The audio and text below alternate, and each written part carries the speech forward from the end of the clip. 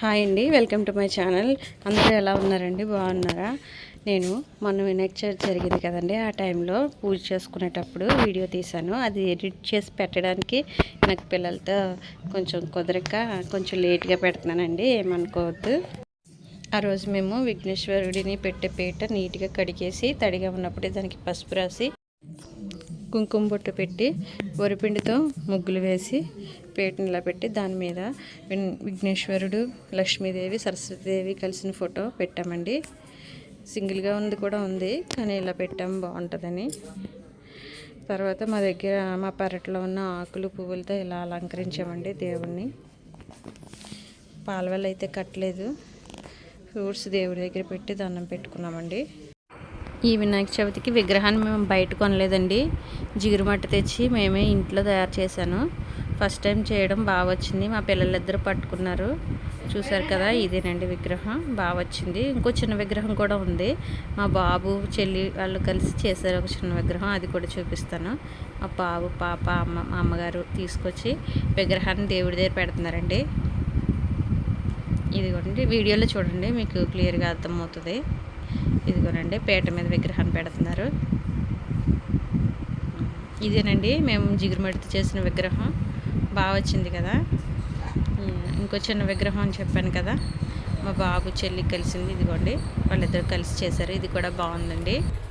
ఇలాంటి మట్టి విగ్రహాలను వాడటం వల్ల మనం చాలా వరకు కాలుష్యాన్ని నివారించవచ్చండి. మనం అయితే ఇంట్లో ఎలాంటి కెమికల్స్ వాడాం కదా. మేమైతే ఎక్కువ హంగామా చేయకుండా ఇలా ఉన్న వాటితోటి సింపుల్గా తొందరగా పూజ చేసుకున్నామండి. పిల్లలతో చక్క పెట్టలేం కదండి, చిన్నపిల్లలు ఉంటే, అందుకని ఉన్న ఫ్రూట్స్ తోటి అలా పెట్టి మా పెరట్లో ఉన్న ఆకులు అవి అలంకరించుకొని మా అమ్మగారు పలహారాలు చేశారు దేవుడి కోసం. అవి దేవుడి దగ్గర పెట్టి పూజ చేసుకున్నాము. ఫస్ట్ మా అమ్మగారు చేశారు, పిల్లల చేత కూడా చేయించారండి. తర్వాత వాళ్ళు దండం పెట్టుకున్న తర్వాత నేను కూడా దండం పెట్టుకున్నాను కూర్చుని. దేవుడి కోసం మేము చేసిన వంటలండి ఇవి. మా అమ్మగారు అగరత్తులు ఒత్తి వెలిగించారండి, దీపం వెలిగించిన తర్వాత అగరత్తులు వెలిగించారు. వీడియోలో చూడండి, మీకు తెలుస్తుంది. పూజ నెమ్మదిగా కదా జరుగుతాము, నేను ఫాస్ట్గా చెప్పిన అర్థం కాదు, అందుకే స్లోగా వాయిస్ ఓవర్ ఇస్తున్నాను. తర్వాత మా అమ్మగారు కొబ్బరికాయ కొట్టారండి. మా బాబు ఉన్నాడు పక్కన, పూజ అంతా ఎలా చేయాలో చాలా ఇంట్రెస్ట్గా చూస్తున్నాడు, వాడు కూడా చేశాడు. హారతి ఇస్తుంటే మా బాబు గంట కొడుతున్నాడండి, చూడండి, వీడియోలో చూడండి, మీకు క్లియర్గా తెలుస్తుంది. ఇదిగోండి మా బాబు ఎలా గంట కడుతున్నాడో, వీడియోలో చూసారు కదండి, మా బాబు ఇలా గంట కొడుతున్నాడు, హెల్ప్ చేస్తున్నాడు మా అమ్మగారికి ప్రతి దానిలో. హారతి అయిపోయింది. తర్వాత మా బాబు మధ్యలో లెగ్స్ ఎందుకు వెళ్ళాడు అనుకున్నానండి, తను బుక్స్ తెచ్చుకోవడానికి వెళ్ళాడు. తన దగ్గర ఉన్న బుక్స్ తీసుకొచ్చి దేవుడికి దండం పెట్టుకుంటా అని చెప్పి దేవుడి దగ్గర పెట్టుకున్నాడండి. ముందు స్లేట్ పెట్టుకున్నాడండి బాబు, పసుపు కుంకుమ బొట్టు పెట్టి మా అమ్మగారు దేవుడి దగ్గర పెట్టారు స్లేటు. మళ్ళీ ఇప్పుడు బుక్స్ తెచ్చుకున్నాడు అనమాట. బుక్స్ కూడా పెట్టాము, తర్వాత పెడతాను, ఒక నిమిషం ఆగరా అని నేను దండం పెట్టుకున్నాను. దేవుడి బాబు దగ్గర కూర్చున్నాను నేను కూడా. మా అమ్మగారు పూజ అయిపోయింది కదా, దేవుడి దగ్గర అక్కడ పసుపు కుంకుమ అక్షంతలు ఉన్నాయి, అవి దేవుడికి వేసి దండం పెట్టుకున్నానండి. నేనైతే పెద్దగా పూజ అంటే మా మావయ్య గారి గురించి చెప్పాను కదండి, ఒక 1 year దాకా పూజలు అయ్యి చేయకూడదు కదా, అందుకని నార్మల్గానే దండం పెట్టుకున్నాను. మా అమ్మగారు వాళ్ళు అయితే బాగానే చేసుకున్నారండి, రెగ్యులర్గా ప్రతి సంవత్సరం ఎలా చేసుకుంటారో అలాగే చేసుకున్నారు.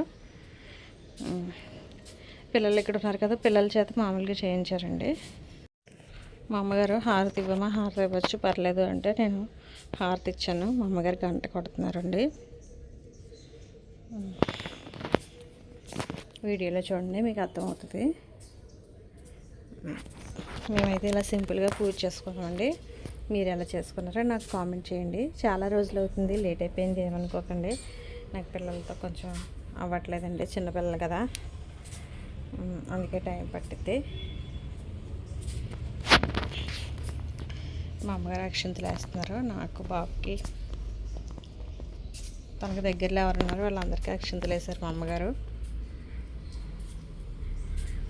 మా పూజ అయితే ఇలా చేసుకున్నాం. మా పాప కూడా దండం పెట్టుకుంది, చూడలేదుగా దండం పెట్టుకుంటుంది. మా పాప దేవుడి దగ్గర ప్రసాదం తీసుకెళ్ళి పక్కన కూర్చుని తింటుందండి. మీ ఇంట్లో వినాయక చవితి ఎలా చేసుకున్నారో కామెంట్ పెట్టండి. అలాగే నేను చేసిన వినాయక చవితికి ఏమైనా మిస్టేక్స్ చేసుంటే నాకు కామెంట్ రూపంలో చెప్పండి. నెక్స్ట్ టైం మేము అలాంటి మిస్టేక్స్ చేయకుండా బాగా చేయడానికి ట్రై చేస్తాం. మా వీడియోస్ మీకు నచ్చితే లైక్ చేయండి, షేర్ చేయండి, సబ్స్క్రైబ్ చేయండి, మీ ఫ్రెండ్స్కి కూడా షేర్ చేయండి. Bye bye.